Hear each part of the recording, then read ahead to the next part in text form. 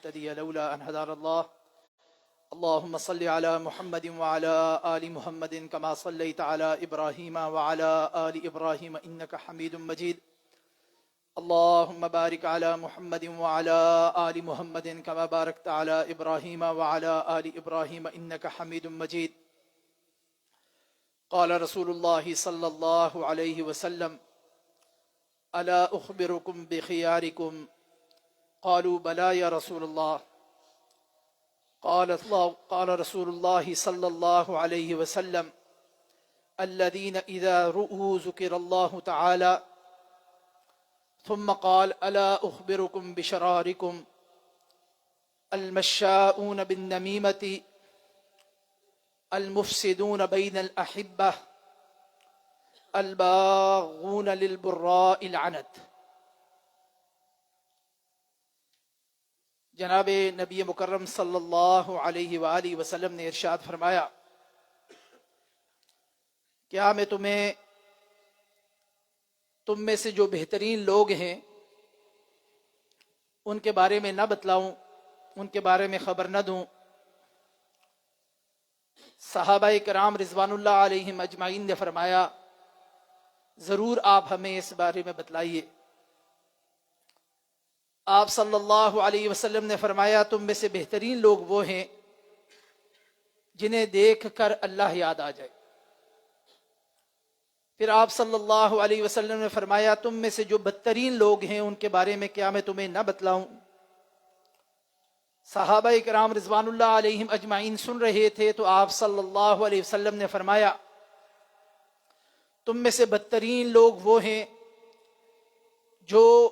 آپس میں محبت کرنے والے، تعلقات رکھنے والے لوگوں میں بگاڑ پیدا کرتے ہیں، جو لگائی بھجائی کرتے ہیں، چغلیاں کرتے ہیں اور بے گناہوں اور بے قصوروں کے لیے یا ان کو مصائب اور تکلیف میں الجھاتے ہیں۔ یہ حدیث مبارکہ ہمارے دروس کے سلسلے میں پہلے بھی بیان ہوئی تھی۔ اس کی اہمیت کے پیش نظر یہ ضروری ہے کہ اس کو بار بار بیان کیا جائے اور اس کو یاد رکھا جائے۔ رسول اللہ صلی اللہ علیہ وآلہ وسلم نے صحابہ کرام سے خود سوال کیا۔ بعض اوقات یہ ہوتا تھا، بلکہ اکثر اوقات یہ ہوتا تھا کہ صحابہ کرام رضوان اللہ علیہم اجمعین آپ صلی اللہ علیہ وآلہ وسلم سے سوالات کیا کرتے تھے۔ آپ مناسب سمجھتے تو ان سوالات کے جواب میں کچھ ارشاد فرماتے، وہ نقل ہو کر احادیث کی صورت میں ہمارے سامنے آ گیا، احادیث کی کتابوں میں مدون ہو گیا۔ یہ ایک عمومی طریقہ کار ہے۔ اس اسلوب سے بڑھ کر احادیث کی کتابوں میں یہ اسلوب بھی ملتا ہے جو اس حدیث مبارکہ میں، کہ سوال کرنے والے صحابہ کرام رضوان اللہ علیہم اجمعین نہیں ہیں۔ بات اور گفتگو کا آغاز ان کی طرف سے نہیں ہوا، بلکہ بات کی اہمیت ایسی ہے،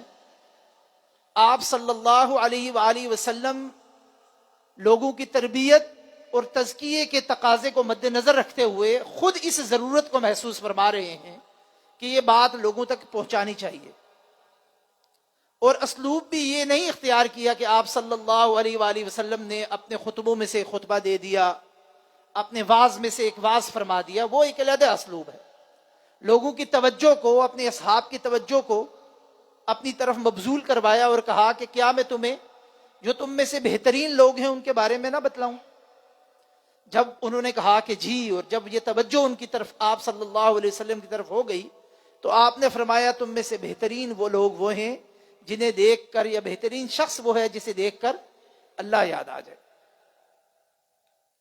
اب اس شخص کی شان اور اس شخص کا مرتبہ کیا ہوگا جس کے بارے میں آپ صلی اللہ علیہ وآلہ وسلم یہ فرما رہے ہیں کہ لوگ جب اس کو دیکھیں اور اس کو دیکھ کر ہی انسان، دوسروں کو، دیکھنے والوں کو اللہ یاد آ جائے تو ایسا شخص بہترین لوگوں میں سے ہے۔ اور قرآن کریم نے یہاں تو صرف اس کی خصوصیت بیان ہوئی نا، اور وہ کون لوگ ہیں جن کو دیکھ کے اللہ یاد ہو جاتا ہے؟ وَعِبَادُ الرَّحْمَنِ الَّذِينَ يَمْشُونَ عَلَى الْأَرْضِ هَوْنًا وَإِذَا خَاطَبَهُمُ الْجَاهِلُونَ قَالُوا سَلَامًا وَالَّذِينَ يَبِيتُونَ لِرَبِّهِمْ سُجَّدًا وَقِيَامًا وَالَّذِينَ يَقُولُونَ رَبَّنَا اصْرِفْ عَنَّا عَذَابَ جَهَنَّمَ۔ قرآن کریم نے عباد الرحمن، اللہ کے جو خاص بندے ہیں نا، ان کی خصائص قرآن نے بیان کی ہیں، ایک جگہ پہ نہیں، متعدد مقامات پر۔ پھر احادیث میں نبی کریم صلی اللہ علیہ وسلم، اللہ کے بندے کون ہیں؟ جو بڑے مدھم طریقے سے، بڑے باوقار طریقے سے، جن کی باڈی لینگویج، بدن بولی ایسی ہوتی ہے کہ بڑے باوقار طریقے سے زمین پہ چلتے ہیں۔ اس طرح نہیں ہے کہ دھڑم دھڑم کرتے ہوئے آئے، شور مچاتے ہوئے آئے، کسی محفل میں داخل ہوئے اور اسی طرح زمین پر پاؤں پٹکتے ہوئے نکل گئے۔ بڑے ہدو بالہدو جسے کہتے ہیں عربی میں، بڑے باوقار طریقے سے، اچھے انداز میں،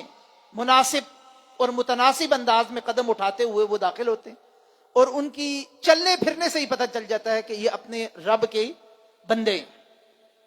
اور جب ان کے ساتھ کوئی بدکلامی کرتا ہے، الجھنے کی کوشش کرتا ہے، انہیں ان کے مین مشن سے ہٹانے کی کوشش کرتا ہے، الجھانے کی کوشش کرتا ہے،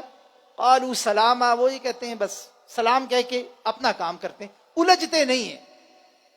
اور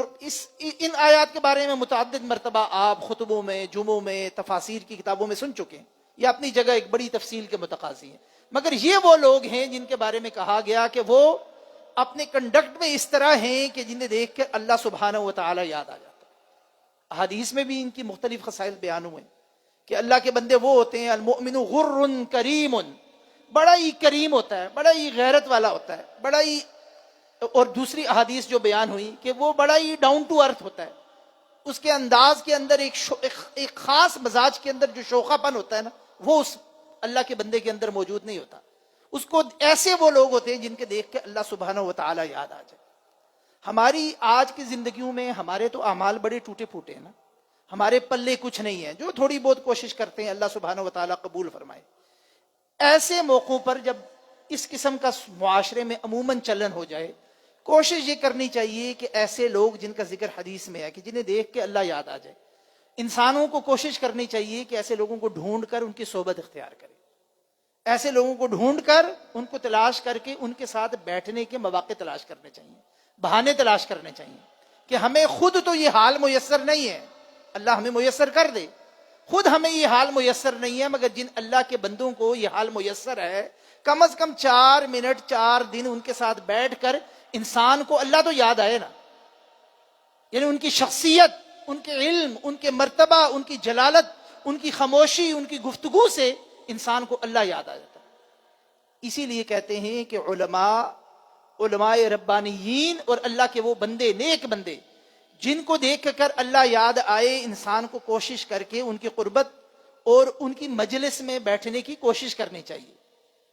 اور گناہوں سے آج کل جو دور ہے نا ہمارا، اس دور میں گناہوں سے بچنے کے 2 بہت بڑے اہم طریقے۔ ایک طریقہ یہ ہے کہ انسان خلوت سے بچے، تنہائی سے بچے۔ ویسے تو خلوت اور تنہائی بڑی اچھی چیز ہے، اس لیے کہ جب انسان خلوت اور تنہائی میں نہیں ہوتا، لوگوں کے ساتھ ہوتا ہے، گفتگو کرتا ہے، زیادہ گفتگو کرتا ہے، پھر ٹھٹھا مذاق، طرح طرح کے تبصرے، اور پھر ہم جس انداز میں تبصرے کرتے ہیں، تو بڑا اپنا دامن انسان بچانے کی بھی کوشش کرے، مگر گفتگو کے اندر احتیاط کا دامن انسان ہاتھ سے چھوڑ دیتا ہے۔ مگر یہ کم تر برائی ہے اس تنہائی سے، اس جلوت سے جو آج کل اس چیز کے ساتھ بڑی خرابیاں وابستہ ہو گئی ہیں۔ اس لیے کہ انسان تنہا ہوتے ہوئے بھی تنہا نہیں ہوتا۔ پہلے ہوتا تھا کہ انسان تنہا ہوتا تھا اور بس اس کی سوچیں ہوتی تھیں، اور سوچ پر اللہ سبحانہ و تعالیٰ نے کوئی پکڑ نہیں رکھی ہے الحمدللہ، جب تک انسان عمل نہ کرے۔ مگر اب سوچ کے ساتھ ساتھ انسان کے پاس ایک اور چیز ہے جسے کہتے ہیں یہ موبائل، انٹرنیٹ۔ اس لیے یہ کوشش کرنی چاہیے کہ انسان کو اپنی بقا کے لیے، انسان کو اپنے بچاؤ کے لیے گناہوں سے یہ کوشش کرنی چاہیے کہ تنہا، خاص طور پر ایک عام آدمی کو تو تنہائی، بالکل اپنے لیے تنہائی سے بھاگنے کی کوشش کرنی چاہیے۔ انسان گھر میں ہو، گھر والے کہیں جا رہے، کوشش کرنی چاہیے یہ ان کے ساتھ جائے۔ اگر ساتھ نہیں جا سکتا کسی کو بلا لے، کسی کو نہیں بلا سکتا خود کسی اور طرف نکل جائے، اور کہیں نہیں جا سکتا مسجد میں آ کے بیٹھ جائے۔ یہ تنہائی بہت بڑی مصیبت اور پریشانی اور وبال ہے آج کل کے دور میں، خاص طور پر انسان کی ساری نیکیوں کو یہ منٹوں سیکنڈوں میں برباد کر دیتی ہے۔ ایک کلک ہوا اور بس اس کے ساتھ ہی پورے دن کی نیکیاں، پورے ہفتے، پورے مہینے کی نیکیاں انسان کی برباد کر دیتی ہے یہ تنہائی۔ اس لیے تنہائی سے آج کے دور میں جو انسان بچ گیا، اس نے اپنے ابدامن کو بچا لیا، اس کو اللہ سبحانہ و تعالیٰ بہت ساری مصیبتوں اور پریشانیوں سے بچا لے گا۔ اور دوسری چیز آج کل کے دور میں گناہوں سے بچنے کے لیے جو بڑی اہم ہے، وہ یہ کہ انسان صحبت صالح اختیار کرے، تلاش کر کے، چن کر، دیکھ کر، کوشش کر کے یہ دیکھے کہ اللہ کا ایسا بندہ کون ہے جس کی قربت میں رہوں تو میرے خیالات بھی پاکیزہ رہتے ہیں، میری زبان بھی پاکیزہ رہتی ہے، میری گفتگو بھی پاکیزہ رہتی ہے، اور میں نیکی کا عزم کرتا ہوں چاہے نیکی کر سکوں یا نہ کر سکوں۔ اور یہ ٹیسٹ ہر بندہ کر سکتا ہے کہ بعض اوقات انسان بس ایسی صحبتوں میں اور مجلسوں میں اور ایسی دوستوں کی محفلوں میں یا ایسے لوگوں کے بیٹھتا ہے جس سے انسان کو پھر بعد میں خیال ہوتا ہے کہ اچھی جگہ تھی یہاں، کم از کم میں نے کوئی برائی نہیں کمائی، لیکن چلے کوئی اچھی باتیں سنی، اچھی باتیں کی، کچھ اچھی باتوں کا عزائم کیے۔ یہ ہے الذین اذا رؤوا ذکر اللہ، کہ ایسے لوگوں کو آپ دیکھتے ہیں تو اللہ یاد آ جاتا ہے آپ کو۔ یہ بہت بڑی، کیونکہ باقی تو جو ہماری ذاتی جدوجہد اور کوشش ہے نا، نیکی کی، محنت کی، عبادتوں کی، وہ اس کی حال احوال الا ماشاء اللہ ہمیں پتہ ہے۔ وہ احوال اللہ نے جسے عطا کر رکھے ہیں، ہمیں کوشش کرنی چاہیے ہم ان کی صحبت میں بیٹھیں، ہمیں کوشش کرنی چاہیے ہم ان کے قریب ہوں۔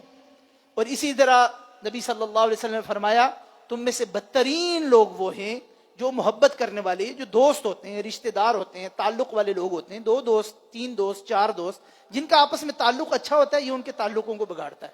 توڑتا ہے۔ کسی کے کان میں برائی کی، کسی کو ای میل کر دی، کسی کو کوئی ویسے میسج ایسا کر دیا، کسی کے بارے میں ایسی بات اڑا دی، نتیجہ یہ ہے لوگ آپس میں لڑنا شروع کر دیتے ہیں، ان کے درمیان فساد پیدا ہونا شروع کر دیتے ہیں۔ اور اسی سے جڑی ہوئی بات یہ ہے نمیمہ، چغلی، لگائی بجائی کرتا ہے ایسا بندہ۔ جو بدترین لوگوں کی جو نشانیاں بتائی ہیں ان میں 3 باتیں ہیں، اور وہ کیا ہے کہ یہ لگائی بجائی کرتا ہے، ادھر سے بیٹھ کے ادھر۔ اور لگائی بجائی کے بارے میں یہ یاد رکھیں کہ وہ حقیقت پر مبنی بھی ہو سکتی ہے، یعنی